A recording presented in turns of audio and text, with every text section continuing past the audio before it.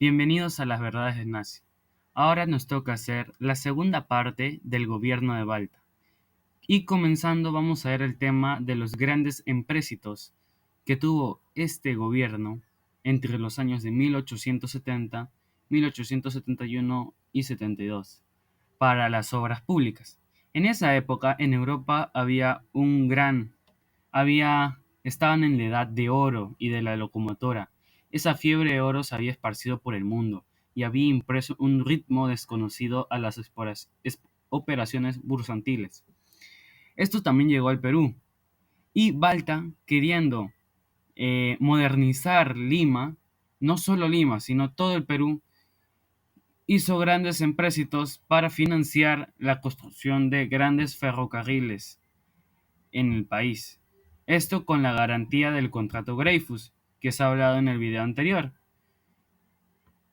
Y comenzando por la ley del 15 de enero de 1869, donde el Congreso autoriza al gobierno para que, con previos estudios, procediera a la construcción de los ferrocarriles de Arequipa, Puno y Cusco, de Chimbote a Huaraz, de Trujillo, Pacasmayo y Cajamarca, de Lima a Jauja y los demás que necesitara el país.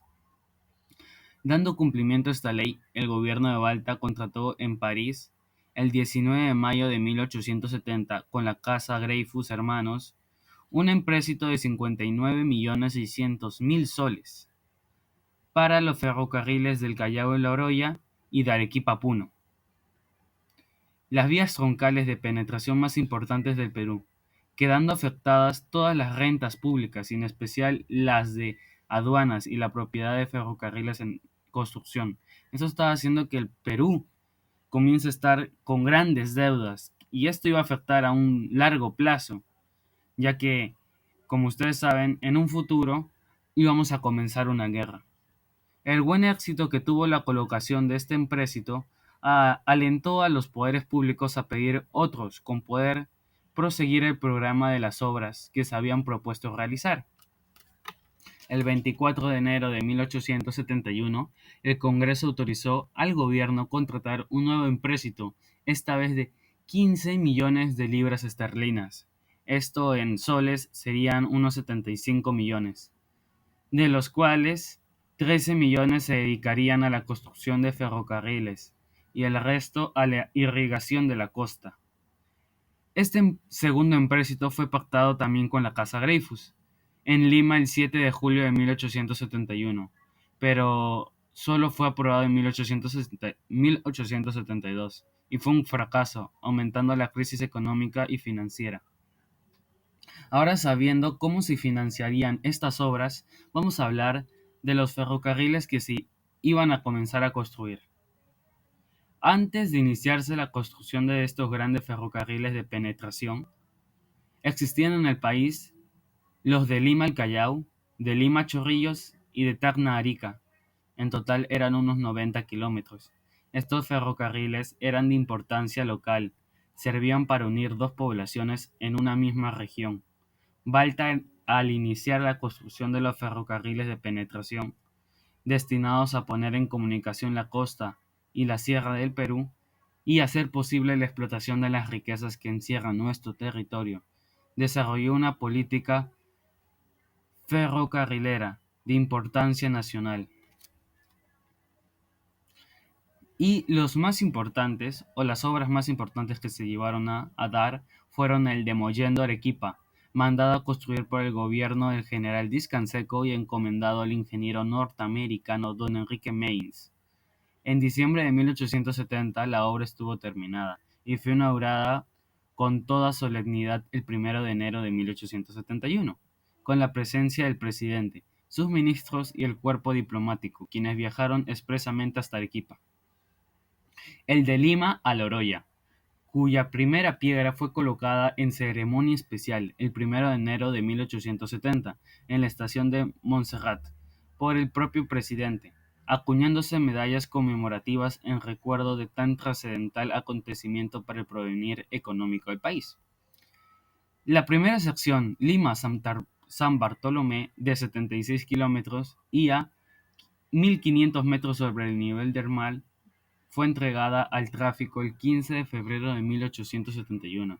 Esta obra fue continuada y ampliada por los sucesivos gobiernos, teniéndose así el ferrocarril más importante del país por la zona económica que domina, y sirve de punto de enlace con la selva. Hasta ahora, se inició la construcción del ferrocarril de Arequipa a Puno. Esta es la continuación de la anterior obra que hemos mencionado, el de Mollendo Arequipa, que fue proseguida por los gobiernos posteriores, siendo otro de los ferrocarriles más importantes, pues da salida a los productos de todo el sur del Perú y sirve de comunicación con Bolivia. El ferrocarril de Tacna a la frontera con Bolivia. Por ley el del 28 de enero de 1869 se autorizó al Poder Ejecutivo para que mande hacer los estudios, para verificar los trazos y la forma del presupuesto de un ferrocarril con frontera a Bolivia, atravesando los valles de Sama, Locumba y Moquegua, cuyo efecto invertiría las sumas necesarias. En diciembre de 1871, el gobierno de Balta decidió asumir la tercera parte de las acciones de la empresa constructora del ferrocarril, pero este fue boicoteado por los intereses provincianos de Arequipa, y así que tuvo un retraso. Pero con ese retraso también llegó la guerra con Chile, y no se pudo concretar. Este ferrocarril era de vital importancia para el desarrollo del sur y del comercio con Bolivia, que tenía su salida por el puerto de Arica. También hubo construcción de ferrocarriles en la costa, como el de Lima a Huacho, que comenzó siendo de Lima a Ancón, luego se amplió hasta Chancay y terminó llegando hasta Huacho. El de Puerto de Pisco a la ciudad de Ica. También se inició la construcción del ferrocarril del puerto de Hilo a la ciudad de Moquegua. Por una empresa particular se construyó el ferrocarril de Etén a Ferreñafe para la exportación del azúcar que se cultiva en esos valles. Se inició la construcción del ferrocarril de Salaverry a Trujillo. También se plantearon en los tiempos de Balta la construcción de los ferrocarriles de Paita a Piura, de Pimentel a Callao, no, de Pimentel a Chiclayo, de Chancay a Huacho, de Lima a Magdalena y de Cerro Azul a Cañete.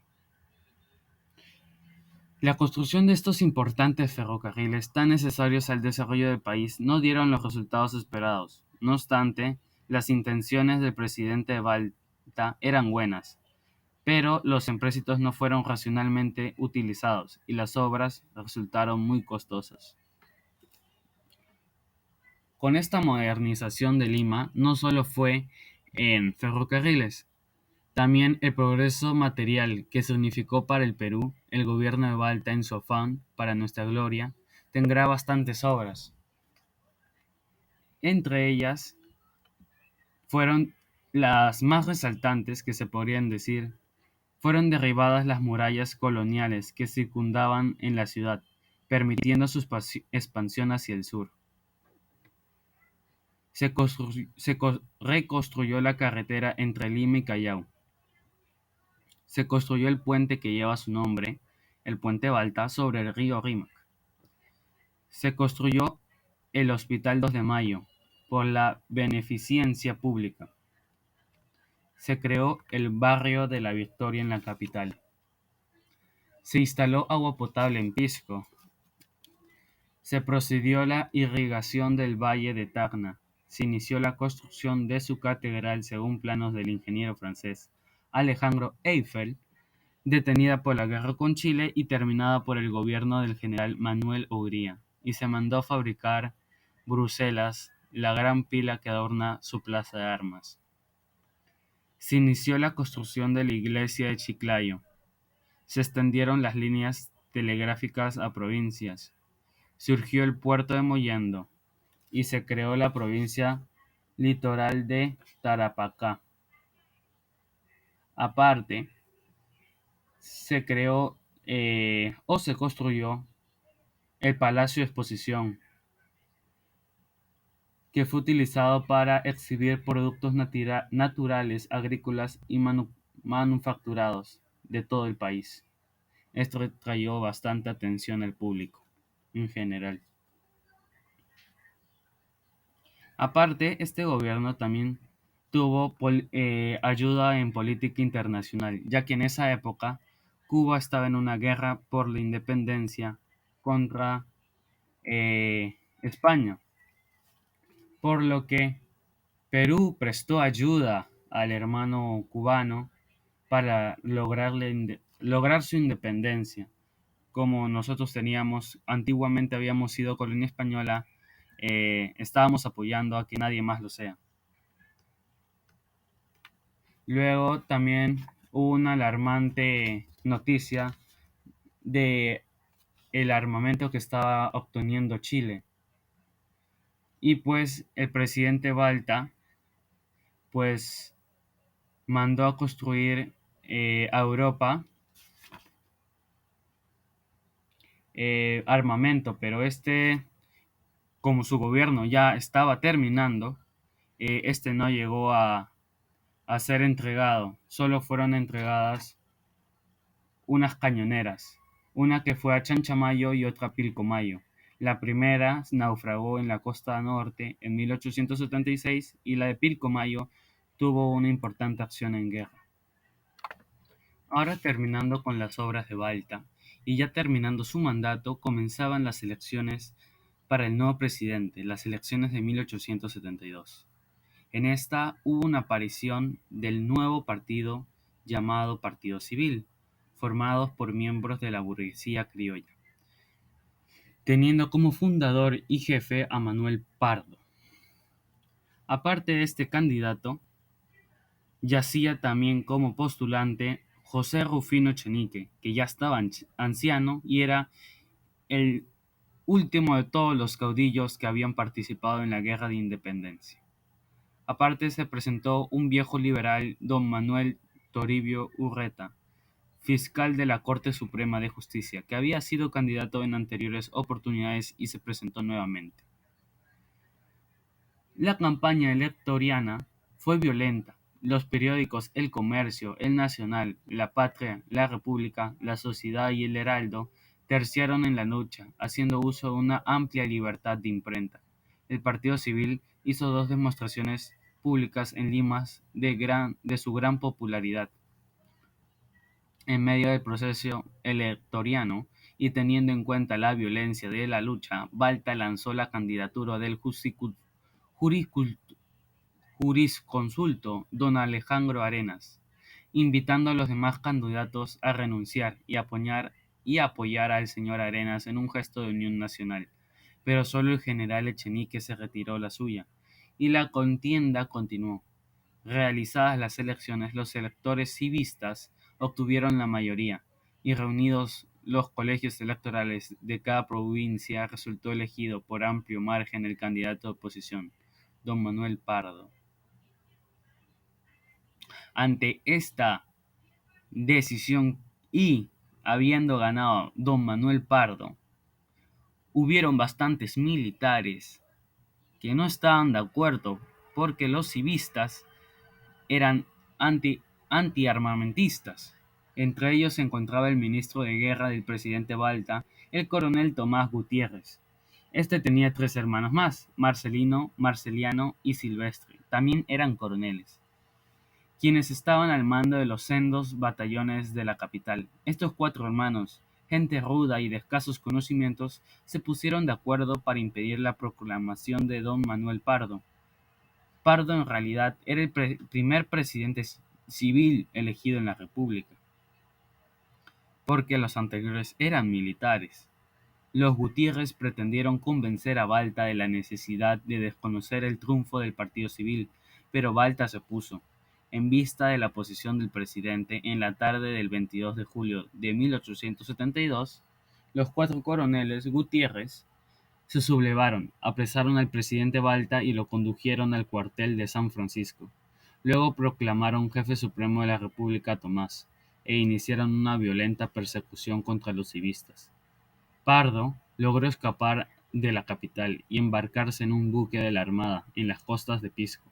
La Marina de Guerra se opuso a la sublevación y lanzó un manifiesto de protesta, entre cuyos firmantes estaba el capitán del navío Miguel Grau.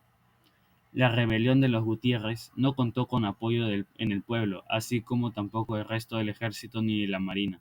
El Congreso, que se alcanzó a reunir precipitadamente, aprobó una valiente protesta contra el atentado y los puso fuera de ley.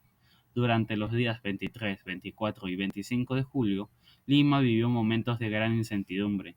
Las casas comerciales, las actividades bancarias y otras se vieron interrumpidas, al tiempo que ocurrían pronunciamientos de algunos batallones en favor de don Manuel Pardo, y el 25 el pueblo de Callao se amotinó contra la dictadura.